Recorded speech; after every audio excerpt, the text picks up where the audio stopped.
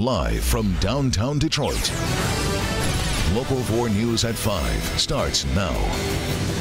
Think small. It's the first brand new apartment building to go up in the heart of downtown Detroit in decades.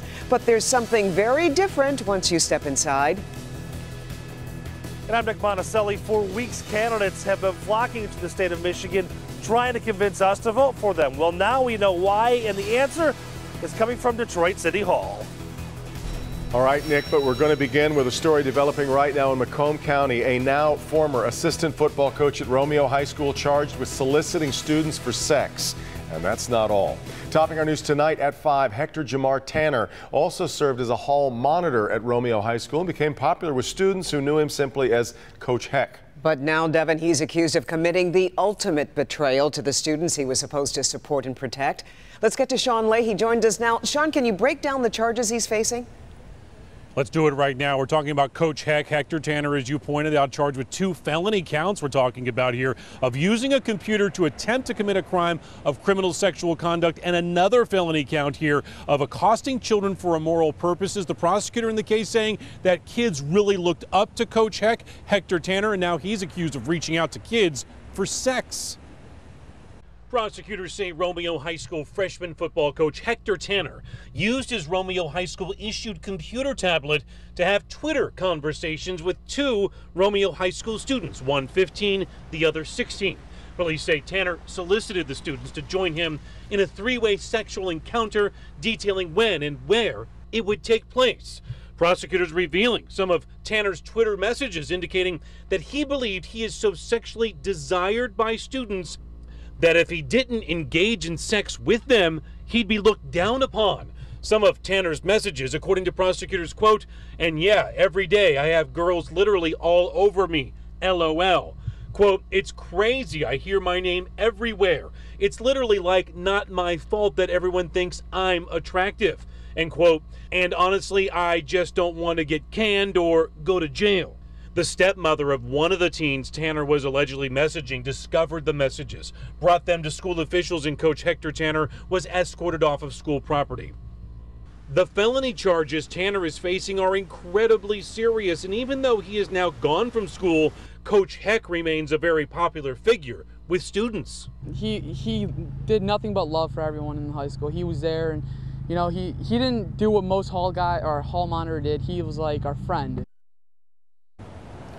All right, back here live, all the parents in the district, or at least with the high school, getting this letter from Eric Whitney, the superintendent of Romeo Community Schools, saying in part, quote, "The individual has been informed that he is not permitted on school property or to attend school-related events. He has been instructed not to be in contact with staff or students of Romeo Community Schools." Suffice to say, he is no longer a freshman football coach, could be in court on these very serious felony charges as early as tomorrow. Devin and Carmen.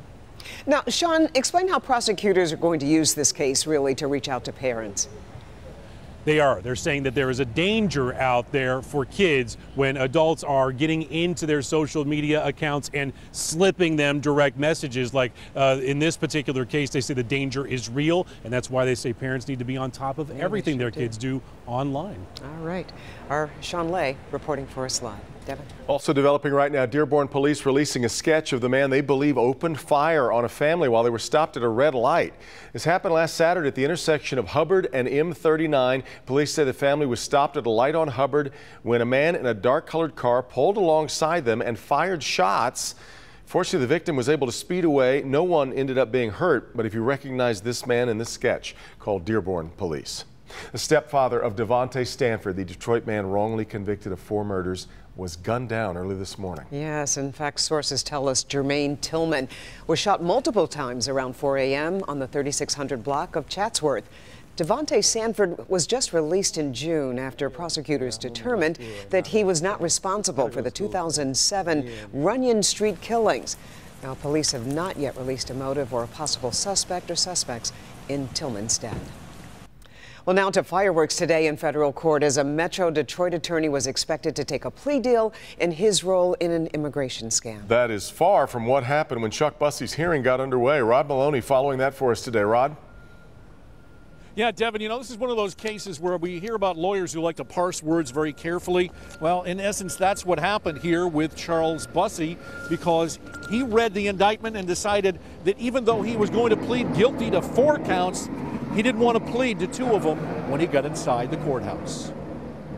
I have great respect for the integrity of our system. You're looking at video of attorney Charles Bussey in happier times, an immigration lawyer of some renown who'd won this particular case in 2003. Federal officials, though, say that he worked with an immigration and customs enforcement agent to defraud the federal government with immigration cases.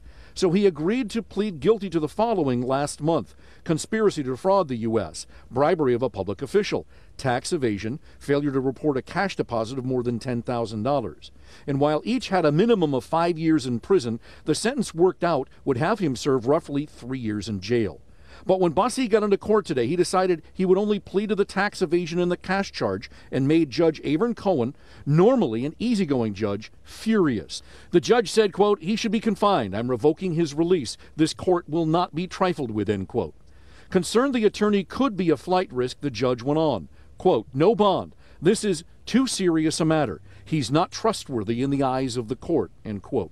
It was then the feds and Bussey and his attorney took a recess and then decided to agree on all 4 guilty pleas on all 4 counts. Outside the courthouse, a Bussey client, Carlos Ortiz, had only good things to say about Bussey. Well, he's actually got my family together. I've been working with him for a few years now, and he's been fair with us and has treated us very well. And so the rub here was that Bussey had seen some things in the indictment that had to do with his co-defendant that he was unaware of and didn't know about, and so therefore he didn't want to make the plea. But after discussing it with the judge, they agreed to go with the 4 guilty pleas, and that's where it stands tonight. Back to you. Well, and then what is Bussey's bond status now after all this, Ron? Yeah, good point. They have continued the bond that he had, so the judge backed off on that no bond. Now the question is, when's he going to be sentenced? And we don't have a date for that just yet. All right, Rob. Former Detroit Mayor Kwame Kilpatrick could see a reduction in his court-ordered restitution. After years of trying to get his debt lowered, the payments could be cut from $4.5 million to $1.6 million. Now, this comes after a federal appeals court ruled that Kilpatrick's restitution amount was miscalculated. He's currently serving a 28-year sentence. A judge will decide on the final restitution bill soon. In the past week alone, we have seen Tim Kaine, Donald Trump, Cher, Bernie Sanders, Ivanka Trump, Bill Clinton, and a host of others here in Michigan. Attention we're not really used to getting this election cycle, and now we've learned why they're here. Let's bring in Nick Monticelli, who is joining us live. It is all about absentee voters, Nick. Devin, you had to take a deep breath before you said that sentence. So the answer is actually coming from the Detroit City Hall behind me. Now that we know, or are starting to see some of the absentee ballots coming in, we're getting a better idea of the voter turnout. And in some areas, it's not as expected, which means that it might not be going the way the Democrats want it to go. You gonna be the first man or what? Well, I hope so. It is the last-minute push, but not necessarily to convince people who to vote for, but just to vote. Former President Bill Clinton walked around Eastern Market today and made no qualms about it. This race will come down to turnout. Anytime you got a race that's anywhere under 15 points, it's a turnout race. But now we have a better idea of what that turnout may be and why the Dems and GOP are flocking back to Michigan. Absentee ballots are coming in, and that is helping forecast voter turnout overall. For example, Macomb County is heavily Republican, and there a 10% increase in turnout is expected. On the flip side, we know Detroit is heavily Democratic, but the city is now projecting a 16 to 24% decrease in turnout from 2012. As you know, the city of Detroit is predominantly African American. Every person, every Detroiter felt a need to go to the polls on election day.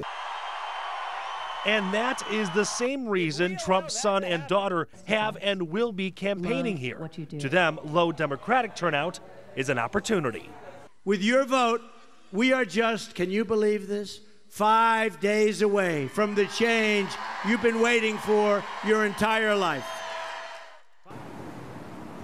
So So I don't know if it's safe to say that Michigan has become a battleground state, but certainly a lot of activity here, and that activity will continue. Hillary Clinton will be here tomorrow, along with Eric Trump, Donald's son. He will be campaigning in 4 different spots throughout the state. Hillary Clinton will be back here in Eastern Market tomorrow night. We're live here in downtown Detroit. Nick Monticelli, Local 4. It was a good look at what's going on in both Detroit and Macomb County. Nick, I know you've also been looking into Oakland County.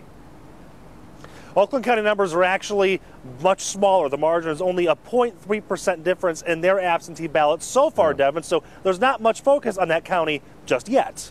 Fascinating. All right. And of course, fascinating nights ahead here as we're less than a week away. All right, Nick. Well, he was only out of prison for a month on parole, but now heading back. Coming up new tonight, how a popular TV show caused this guy right here to go back behind bars. That's coming up. Ben? Carmen, got a couple sprinkles that we're watching on 4 Live radar up to the north. They'll be sweeping through the thumb, but will they get us wet before the night is done? We'll look at that next. All right, Ben, and local leaders say you need to vote yes, but it's a tough ask for some. New tonight, a closer look at the RTA proposal. What will it mean for all of us? Lauren? Living in 260 square feet of space doesn't seem that big, but when you've got storage right here, some more over here, and heck, even a full-size fridge, doesn't seem that bad. We'll give you a tour inside of the latest Bedrock way of life, coming to downtown Detroit. A life new at 6. This is sewer cleaning equipment. It is expensive stuff, and it's being stolen out of Westland. And then we noticed that our van was completely emptied. But coming up on Local 4, we have video showing these thieves in action. I'll show it to you coming up. All right, Sean, also at 6, we, of course, know children are eating too much salt, but the problem is not coming from your salt shaker. Dr. Frank McGeorge will join us with foods that are putting our kids in harm's way. Well, check this out, this rendering right here. When it's finished, it'll be the first ground-up residential housing development Detroit's Central Business District has seen in 2 decades. And these apartments are small, less than 300 square feet. Our Lauren Podell got a sneak peek at what's sure to be one of the city's hottest new addresses. Lauren? Pretty soon, the building behind me here at Grand River and Griswold will be known as 28 Grand. The outside still taking shape, but today we got a sneak peek of the inside, the latest living craze coming to the city, micro lofts. The tiny house craze, as we all know on TV, we've seen it a lot, but it's not just about being in a tiny house. It's really about simplicity, living outside of your home, outside of your residence, which is happening in cities like Detroit. It's called a micro loft for a reason. At 260 square feet, the space is tiny, but every inch of it is accounted for. We have under bed drawers, we have under seat openings so you can put stuff in there. So I think that is a lot of it. And then the cabinetry, bright, shiny, nice, fully furnished, right? Bed, mattress, table, chair, all the appliances, everything's included. What will soon be known as 28 Grand will be the first ground-up residential development in the Central Business District since the 1980s. Steve Rosenthal of Bedrock is proud of that, and he's certain there's a need for a simpler way of life. It's not only the next step when you come out of college and your first job, but it also kind of fills a need for commuters. Of the 218 units, 85 of them will honor affordable housing tax credits. And while you might be asking, where's my full kitchen? What the micro space lacks will be made up for in community space. While we don't have an oven in it, but we do have a cooktop, a 2-burner cooktop, and we do have a microwave. And if you do want to cook in an oven, we can go downstairs to the 2nd floor and cook in the bigger oven. Now, it may not look like it quite yet, but Bedrock getting ready to lease these micro lofts in February of 2017. And if you can get one, pack your bags. Move-in month will be June. Reporting from downtown Detroit, Lauren Podell, Local 4. Certainly a different way of living, isn't it? But simple. It's not the only real estate news, though, that's making a splash in Detroit today. The sale of one Detroit condo has set a record. 4,500 square foot tri-level penthouse at the top of the Book Cadillac Hotel. $1.2 million. That sets the record for the most expensive condo ever sold in the city. Whoever the buyer is, they still have a lot of work to do because the place is unfinished. And no word on who has. I've been up on the roof, but not, no. Yeah. Oh, just 4 apartments, I think. Yeah. beautiful view up there. It's going to be gorgeous. I bet they don't have to go downstairs to use the oven. I'm just guessing. I'm going to think there's an oven in there. I think you could probably put two. Wrinkle, isn't it? You can find somewhere to squeeze it in. That's pretty wild. But you know what? We don't have a whole lot to look at as far as the sky goes today, but temperature-wise, we're going to be going up here in the short term. 56 is where we're at right now. And the pattern is going to change just a little bit as we head into the upcoming weekend. You see those warm temperatures that have been stacking up out here in the southwest. Now, they're not 70s and 80s that we saw earlier in the week, but we will get a little bit of a push of warm air as we get into the weekend. Warmest day, at least in the short-term forecast, looks like it's going to be on Sunday as we move into the low 60s, but then it gets cooler again as we get into next week. So even though we're only going to sort of modulate here by about 5 degrees either way, it's at least going to keep things interesting as we go through the next 7 days. Now, the radar is really overplaying the amount of moisture out here. This is all mid-level stuff that's not actually reaching it to the ground. These are the sprinkles that we're concerned about. As that trough continues to sink a little bit further south, it's probably going to be after sunset before a lot of us see any sprinkle at all, and even that is just a very slight chance. Not a lot of moisture with that little disturbance. You see it there sort of sinking down. High pressure settles in over the weekend. That clockwise flow around the high is going to keep things on the sunny side of things as we get into Saturday and Sunday. And as we told you, seeing those temperatures move upward as we head into the end of Sunday. As far as rainfall goes, we don't have a whole lot. We got soaked last night in a lot of spots, and I think we're good for a while as far as precipitation goes. Let's look at lows tonight, though. 43 is going to be some of our warmer temperatures, and that's in our metro zone. Just about everybody's going to end up at that number tomorrow morning. South zone, very similar, slightly cooler, 41, 42 across Lenawee and Monroe County and the southern end of Washtenaw County. Out in our west zone, could see a couple 30s up here in Fenton and Flint in Genesee County, but generally low 40s for most of the zone. And north of M59 in our north zone, couple 30s up there. Sandusky down to Lapeer, 39 degrees in those locations, otherwise low 40s as you get a little bit further south. Tomorrow's high temperature, making it to 55 degrees. That is just about average for this time of year. Then we move up just a little bit for the weekend. Saturday and Sunday looking pretty good for November standards. Coming off those numbers just ever so slightly next week, but we have erased the rain chance on Election Day Tuesday. So we've got a dry forecast past any sprinkles tonight all the way through Thursday of next week. Lots of sunshine to enjoy. Yeah, cool. Well, we, of course, are continuing our celebration of Carmen, and one of your and my favorite Detroiters wanted to say this. Carmen, I'm going to miss you. Detroit is going to miss you. Watching your lovely face every day on WDIV Channel 4. I've been watching you for a long time. I don't want to say since I was a little girl, but maybe since I was a young woman. But I'll miss you, and I hope all the best to you. And girl, enjoy your life. Peace. That is so nice. I wish I could sing like Dodetta Davis. She is so good. Thank you so much for that. That's so sweet. Great stuff. More to come. Doc? New at 5.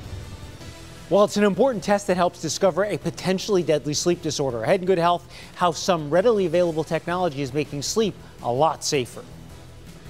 But for stories from across Michigan, including a bombshell report showing just how easy it is for people in Michigan to get access to medical marijuana. That's next. A number of stories we're following from around the state of Michigan today, including stories from Gaylord, Clare, Bay City, and we'll start in Lansing, where the state auditor general has released a bombshell audit concerning doctors prescribing marijuana cards, medical marijuana. That audit shows one physician alone certified more than 11,000 patients to get access to medical marijuana. That's 14% of the total number of patients that have cards. They all came out of one physician's office. That report goes on to show 22 other physicians authorized a total of 44,000 patients. That's an average of 8 per day per doctor. And that is leading some to worry about fraud. The audit does not identify the doctors, though, by name. On parole for less than a month. Can you believe this? Police said a Bay City man chose to risk his freedom by stealing DVDs of the TV show The Walking Dead. His name is David Henning. He's 23 years old. He pleaded guilty to 1 count of first-degree retail fraud. Now, the charge stems from an episode back in July where workers at a Walmart in Bangor Township told police they saw Henning and a woman stealing those items. Henning was later arrested. Then on Monday, the parolee was sentenced to 18 months to 5 years in prison. Well, here's an interesting idea with deer hunting season that will be kicking off soon. Up north, hunters are now being invited to 2 free health screening clinics where they can also have their guns checked. The free events will take place at Jay's Sporting Goods in Gaylord and Clare on Friday. The male hunters will be able to get their blood pressure checked and have their cholesterol tested. There'll also be a crossbow raffle. We all need one of those. And gift card giveaways at both stores. The health exams are good. We do stories every year about hunters who run right out thinking they're their ready for adrenaline is up. Their adrenaline is up, and it is can be an Yeah. arduous thing, and it can be a little bit of a shock to the So system. get those guns checked. Yeah, back with more in a minute. New at 5:30. Changing your batteries in your smoke detector, it's something most of us do around this time of year, but that may not be enough. New information about the possibility that your smoke detector could be a hazard. What you need to know in a Help Me Hank special report. In the race for the White House, it's the final push, and there's increased worry now that voter suppression in states like North Carolina and Florida could make a critical difference. Public transportation in Metro Detroit. We're almost the worst in the country. It's just awesome for jobs, for seniors, disabled. Straight ahead, how your vote can improve it and what it's going to cost you. It's dinner time. Live from downtown Detroit. Local 4 News at 5:30 starts now.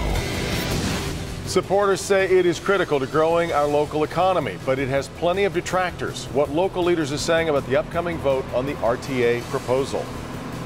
Which tops our news today at 5:30. A yes vote on the RTA proposal on next week's ballot would lead to a sweeping overhaul of the region's transit system. But the plan is expensive, leading to plenty of detractors, even a string of negative ads on both TV and radio. Jason Colthorpe talked to local leaders and people who ride the bus about this critical vote. We're almost the worst in the country in terms of the transit. Worst in terms of investment, according to the campaign to pass the millage for a regional transit connecting Macomb, Washtenaw, Oakland, and Wayne counties. I asked the leaders pushing it why people should vote yes. Because it connects people with opportunities, and it's really important for the continued growth of this region. I mean, there are lots and lots of people in the city of Detroit without cars, who need to get to jobs in the suburban communities. It's also about the people who, if they had a legitimate choice, would choose to not have to drive downtown, pay for parking and all that, but be able to take, transit. And I just think is vital. Emma Elliott isn't as mobile as she'd like to be, and being connected to more of the area would make her life a lot better. Just not for work, for everyone, senior citizens, myself, disabled. You're able to have the independence when it comes to disabled, to have that connection to go where you need to go and you're not limited. So what is the cost to you? It's 1.2 mils for every $1,000 of taxable value. For example, homeowners with a $100,000 home would pay an extra $120 a year, or $10 a month. But not everybody is ready to pay more. I don't know what it benefits people downriver, especially. Chad Novak isn't against a better regional transit system, but living on Grosse Ile, he feels a little left out. Where would one have to drive to get on transportation to get me into the city, to hang out for the evening and get me back home safe? So next Tuesday, we'll find out if voters are on board with spending the money on transportation. If it fails, local leaders tell me they'll just keep trying. We're downtown today. Jason Colthorpe, Local 4.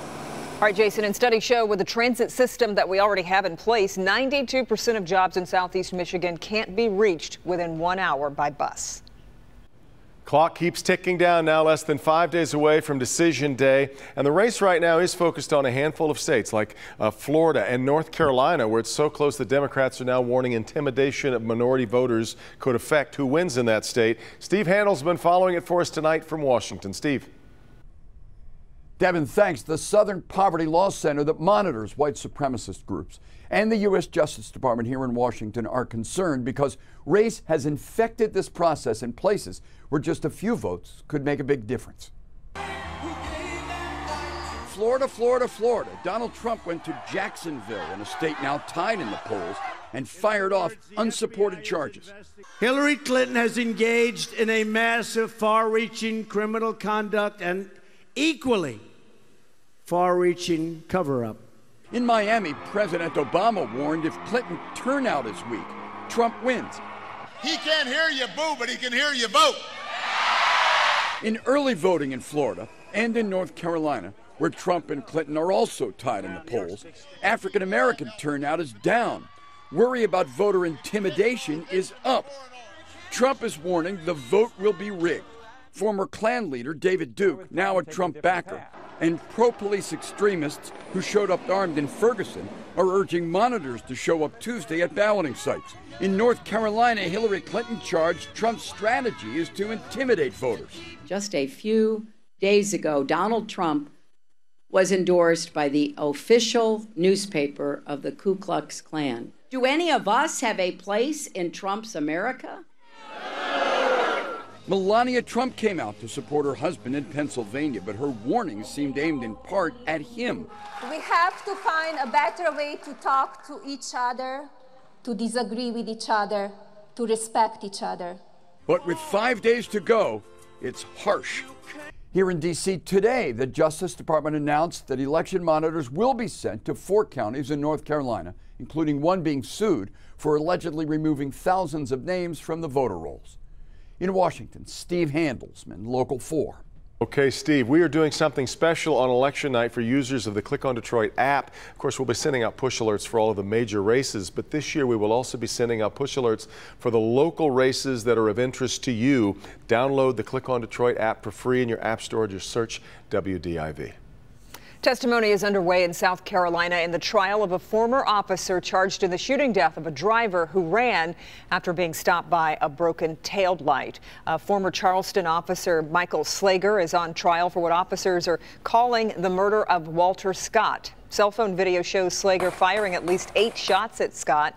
Prosecutors say it also shows him allegedly moving evidence closer to Scott's body. Slager's attorney says he was acting in self-defense. He physically and forcefully resisted to the extent that they were both fighting on the ground. Local leaders, including the NAACP, are asking the community to remain peaceful no matter what the trial's outcome. We got a Help Me Hank recall alert for you this afternoon as more than 3.5 million dehumidifiers are being recalled because they can catch fire. This is a recall that involves dehumidifiers made by GD Media and sold under more than 50 different brand names, but those include much more familiar brands to you: GE, Honeywell, Sunbeam, and the like. No injuries have been reported, but media says consumers should unplug their dehumidifiers and contact the company for a replacement or for a partial refund. Okay, in Good Health tonight, when is the last time you got a good night's sleep? Probably wasn't last night because we were all watching the baseball. Everybody's watching ball, that's right. Right, but for many people, restless sleep is just a dream. That could be because of an untreated sleep disorder. Dr. Frank McGeorge here with a tool that is being used by more sleep experts to identify your risk of what's happening in your own bed, right? That's exactly it, Kimberly and Devin. In fact, sleep disorders come from lots of different sources. Fortunately, more people are becoming aware of them and they're looking for help, which has often meant spending a night in a sleep lab. But for some people, that just may not be necessary.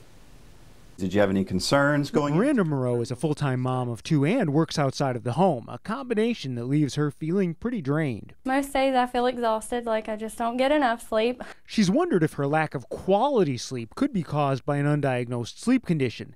That's what brought her to a sleep center, where patients are often offered in-home sleep studies as a first step. Whenever you do an initial evaluation, it can pick up people that have a high risk of apnea and be able to address them in the comfort of their own home. Traditional sleep studies have been done in sleep labs like this, and those are still the gold standard, particularly for people with other known medical conditions. So we're monitoring the brain through EEG monitoring to be able to see what the quality of your sleep is. Are you able to get into deep quality sleep consistently over the course of the night? The at-home sleep study using this device specifically screens for sleep apnea. That's a condition where the airway becomes unstable and oxygen levels drop. In the morning, you return the device for analysis. When this person, 18 times an hour, their throat is closing to such a degree that they're seeing drops in oxygen level. Results like that help doctors choose the best treatment. Moreau just completed her study. I'm very anxious to know, so hopefully I can get some good sleep. Now, many insurance companies are now requiring the in-home sleep study first to screen the patient before more involved testing is ordered. Now, I did talk to Dr. Louisa Bazan. She's a sleep specialist at Henry Ford Hospital, and she says the at-home sleep tests are appropriate for about 30 to 40% of patients, and they can be very helpful. But if the results are concerning, sleep lab studies should really be the next step. I've always kind of thought that people in a sleep lab, you can't be getting a regular reading of a night's sleep, because who could sleep regularly? It does seem weird, right? You're in a weird surrounding. You've got electrodes all on your head and whatnot. But yeah, that's routine. Amazingly, you know, the thing is, people who are sleep deprived, they fall asleep in sleep labs better than you might expect. Oh, that's funny. So that's kind of the flip side to it. Yeah, that is interesting. Yeah. Okay. All right, Doc. Thanks, Doc. It was a game for the ages, whatever it did to your sleep, right? And it was. After the break, Bernie's in to recap last night's amazing Game 7 win for the Chicago Cubs. And a very popular fitness trend could be on its way out. Ahead at 5:30, some startling new numbers showing people just don't want to use this one item anymore. Hank? It happens every year around this time. We remind you, change the batteries in your smoke detector, but that may not be enough. New concerns over potential hazards, what you need to know in a Help Me Hank special report after the break. Coming up on Friday on Local 4 News Today, preparing actually for America's Thanksgiving Parade at 6 a.m. We're going to reveal something brand new for this year's big event live. A hidden gem packed with Motor City muscle. Go inside a unique local spot that rarely opens its doors, and it's doing it all for the military. Plus, weather and traffic always on the force. Join us in the morning. This set. New at 6. A massive construction project in Metro Detroit has neighbors worried about drinking their own water after tests failed inspections. I'm very concerned. I have a 5-year-old child, and we can't drink the water. We reached out to the county. We'll tell you what they had to say. In Sterling Heights, there is one neighborhood in particular where the neighbors are simply fed up with what they call a drug house. People that use our homes as warehouses. The city of Sterling Heights has a new way to handle this, a crackdown on marijuana grow houses in the city, taking these people directly to court. All right, Nick, now to a Help Me Hank safety alert focusing on your smoke detector. Of course, every year when we change our clocks, which we will be doing this weekend, we remind you to change the batteries in your smoke detector, but it may not be that simple. That's true. There are concerns about older detectors that simply may not do the job. Consumer investigator Hank Winchester joins us live. And Hank, like all technology, there have been upgrades to smoke detectors as well, right? Big time. In fact, batteries like this Energizer now last up to a decade. Smoke detectors are smarter and also smaller now. The team here from Engine 1 in downtown Detroit, they just made their way back from a fire scene, second scene today, and in both those cases, homes without smoke detectors. Fire. It can consume a home in a matter of minutes, and those with a warning of danger usually get out alive. Smoke detectors have been proven to save lives, but there are new concerns that many detectors in older homes are not functioning properly or could experience a problem in the future. One a new battery just can't fix. I would change the unit once every 10 years or sooner if the manufacturer requires it. They're only good for about 10 years. They'll lose their sensitivity and they may not react properly during a fire. Canton Township Fire Inspector Nicole Hamilton, one of many sounding the alarm. It's estimated more than half of the homes in Metro Detroit have detectors that are more than 10 years old. Your smoke detector could fail you. As soon as they start chirping, it means the battery's low. You can replace the battery. If it continues to chirp, it might actually indicate that there could be a malfunction with it, and that would also be a great time to replace those. Technology has also changed smoke detectors, making them more sensitive to potential dangers and easier to install. This is a new smoke detector battery. It's easy to install. It's very small. It's not these big hunky ones. You can buy these and stick them anywhere. Batteries, too, making things easier and more efficient. The Energizer Ultimate Lithium Battery, good for a decade. Replace your smoke detector battery with this, and you won't have to replace it again until 2026. Some home security systems use apps and other technology to alert you to danger. If you're not willing to make that financial investment, spend roughly $20, a new detector and a new longer-lasting battery. It could save your life. Right now. Back out here live again, the crew from Engine 1 here in downtown Detroit. They just returned from a fire scene about 5 minutes ago. That house was a total loss, fast-moving fire, but thankfully As in most cases with Detroit firefighters, they were able to get everybody out safely.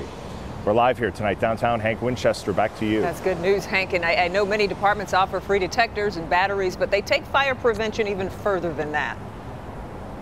They certainly do. I mean, a lot of fire departments will actually come to your home if needed, and they'll do a walkthrough to help you come up with an emergency plan just to make sure that everybody's safe. It's a good time not only to change those detectors and those batteries, but also sit down with your family and come up with a plan just in case you need it. Back All to you. important things. You're right. Let's change the batteries and don't forget to set the clocks back. Hank, we appreciate it. Okay, well, the Cubs finally did it. After 108 years, they are finally World Series champions. Beat the Indians last night in a 10-inning classic. And now President Obama is welcoming the Cubs to the White House. Of course, the president is a White Sox fan, but he says a Cubs World Series is a change even a Southsider like him can get behind. He went on to ask if the team can visit the White House before he moves out, but that would mean that the party would have to stop long enough in Chicago